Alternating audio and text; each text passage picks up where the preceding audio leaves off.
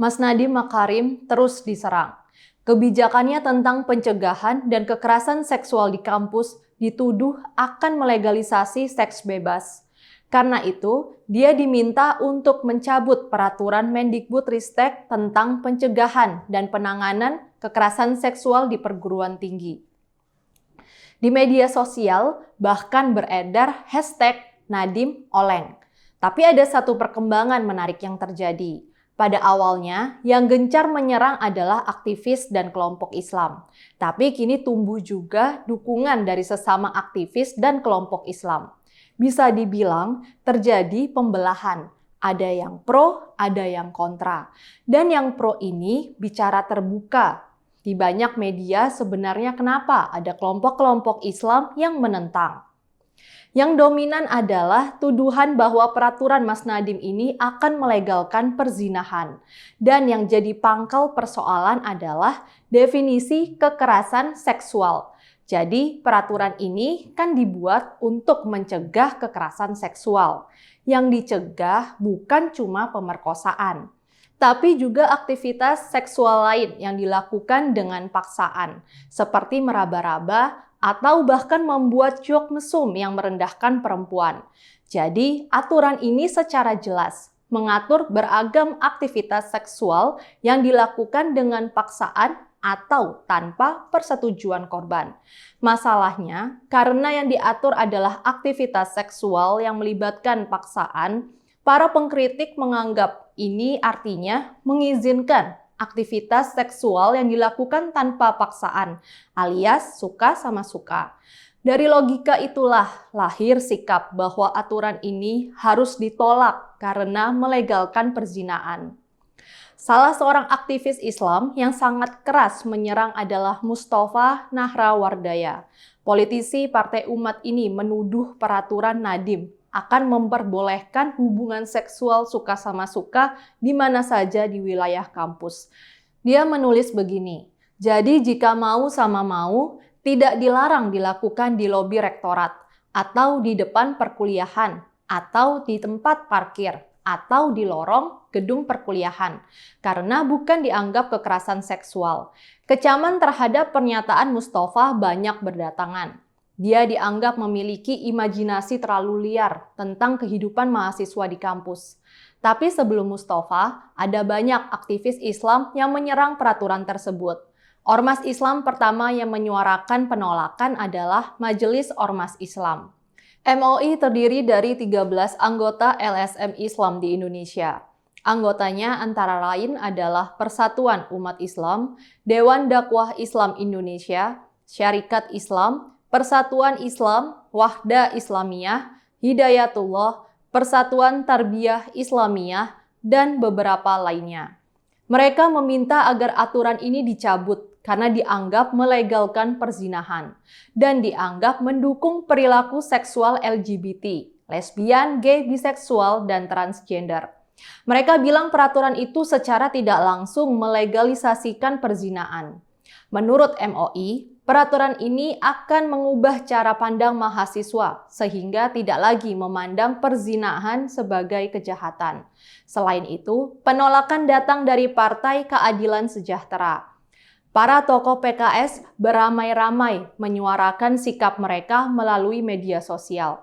Muhammad Nasir Jamil, anggota DPR dari PKS, bahkan menuduh peraturan ini disusupi kepentingan pendukung seks bebas. Penolakan juga disampaikan oleh Muhammadiyah. Mereka menyatakan aturan ini melegalkan perbuatan asusila dan seks bebas berbasis persetujuan. Muhammadiyah menilai peraturan ini tidak menetapkan nilai agama sebagai standar benar dan salah dalam aktivitas seksual. Tak ketinggalan, Majelis Ulama Indonesia juga menolak aturan Nadiem dan memintanya agar dicabut. MUI meminta agar revisi peraturan tersebut wajib sejalan dengan syariat, Pancasila, Undang-Undang 1945, dan nilai-nilai budaya bangsa Indonesia. Namun setelah serangan gencar datang, kini muncul pula banyak dukungan dari kelompok dan aktivis Islam. Salah satu yang keras sekali mendukung adalah Kongres Ulama Perempuan Indonesia. KUPI bahkan menganggap peraturan ini adalah bagian dari jihad, melindungi orang-orang yang harus dilindungi. Melalui juru bicaranya, Kiai Faqihuddin Abdul Qadir, KUPI menyatakan peraturan Mendikbud ini bukan saja harus diapresiasi, tapi harus didukung penuh oleh umat Islam. Peraturan ini sangat islami, sangat syar'i, katanya. Ketua Umum Partai Kebangkitan Bangsa, Muhaimin Iskandar, juga secara terbuka mendukungnya. PKB berkomitmen mendukung segala upaya penghapusan kekerasan seksual, katanya. Wakil Ketua DPR RI ini menolak anggapan bahwa peraturan Nadiem ini akan melegalkan perzinahan. Aktivis lain yang juga memberikan dukungan adalah Alisa Wahid, koordinator jaringan Gus Durian. Menurutnya, kebijakan ini merupakan komitmen untuk memberantas salah satu dosa besar di dunia pendidikan, yaitu pelecehan seksual. Menurut Alisa, kasus kekerasan seksual banyak terjadi dan akan terus terjadi karena tidak ada payung hukum yang bisa digunakan untuk mencegah kekerasan seksual di kampus. Ironisnya, kata Alisa, karena tidak ada payung hukum, kasus itu diselesaikan secara damai. Karena itu, Alisa melihat aturan Nadiem ini sebagai upaya penting membangun kampus yang bersih dari kekerasan seksual. Pembelaan terhadap Permen PPKS juga datang dari pemuka agama, di antaranya Kiai Faqih Abdul Qadir. Penulis buku Perempuan Bukan Sumber Fitnah, menawarkan logika yang menarik. Ia mengambil contoh ayat Quran surat An-Nur ayat 33 yang memuat perintah Allah agar umat Islam tidak memaksa perempuan untuk menjadi pelacur.